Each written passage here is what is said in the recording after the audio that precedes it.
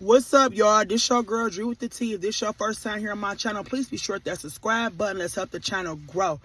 Right now, if you're going through a breakup, going through a rough time, you definitely clicked on the right channel.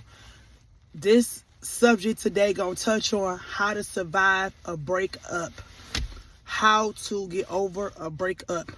A breakup is one of the hardest things you can have to do in life. It runs hand in hand with a death. It's just as hard as a death because you still taking a loss. You losing somebody you loved and cared about. The relationship have ran its course. The marriage have ran its course. It have ended, and that shit hurt like hell.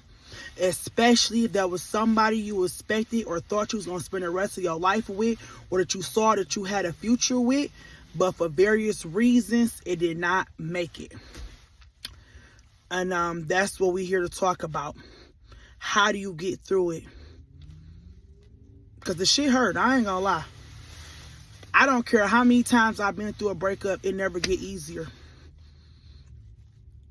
Heart pain is heart pain. When I say it hurt, it hurt.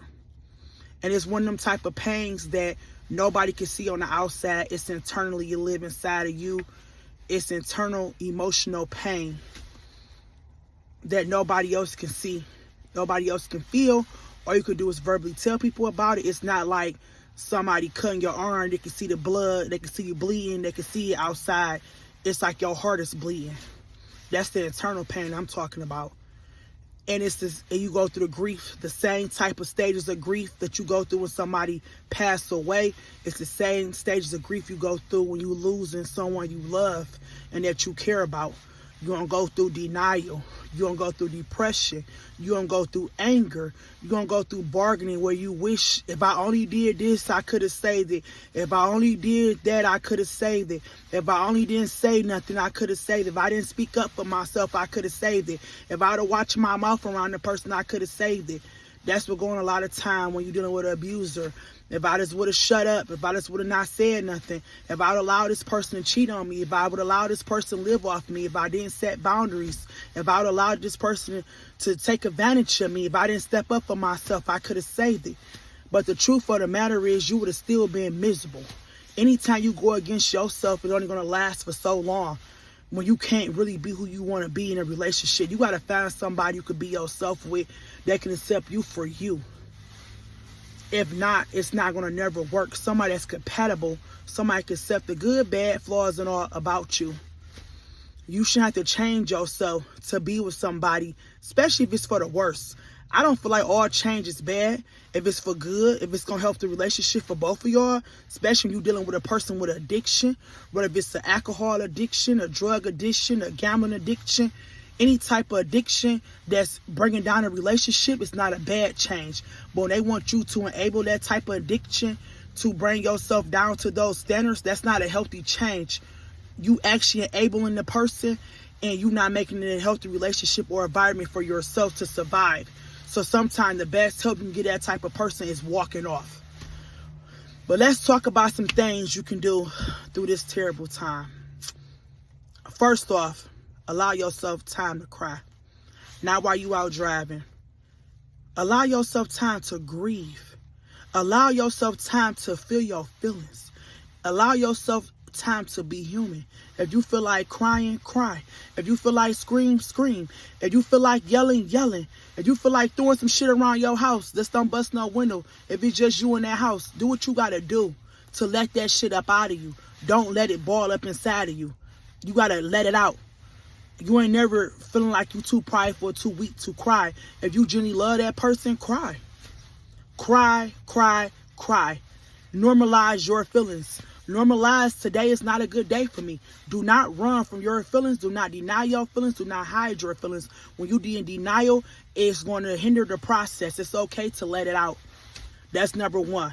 Number two, remind yourself of not just the good times, but the bad times. Y'all got to this point for a reason. It ain't like it just happened overnight. Even the person that want to compromise, make better decisions, healthier decisions for a relationship. They didn't want to change for the best. Y'all outgrown each other. They was a cheater, a liar, an abuser. They didn't want to pay rent. Whatever the situation is, this is the time to write that shit down. Write it down. put it on your phone, put it on your wall. You have to remind yourself of why you walked away from that relationship, whether if you end it or they end it, whatever the situation may happen, why did you end it? Because if you play only the good parts in your head, you're going to find yourself right back in that same situation to repeat this same cycle. And for you look up, it be 10 or 20 years and you still stuck right there. It's time to write that shit down, everything they did, all the bad shit. Okay? It's time to air out your dirty laundry. Don't leave nothing off the table. It's time to write it down. Take a picture, put it in your car, put it on your wall, put it next to your bed, put it wherever you need to go. So when you start feeling weak, you can remind yourself, why did y'all get to this place? Keep yourself busy. Hit up some friends. Get out the house. Get your hair done. Go get a pedicure. Get a manicure. Go book a vacation if you can. Get out the house. Clean up. Straighten up. Keep yourself occupied. Don't go run and get in somebody else's bed trying to put a Band-Aid over it. That's one of the worst things you could do, is trying to look for somebody to fix that. You might find yourself in the same situation. Allow yourself time to grieve. It's not a race. It's not a competition. That's what I have to learn. Even if that person moved on, you ain't got to rush. You ain't got to grieve. Just know your time going to come, and keep telling yourself that your time going to come.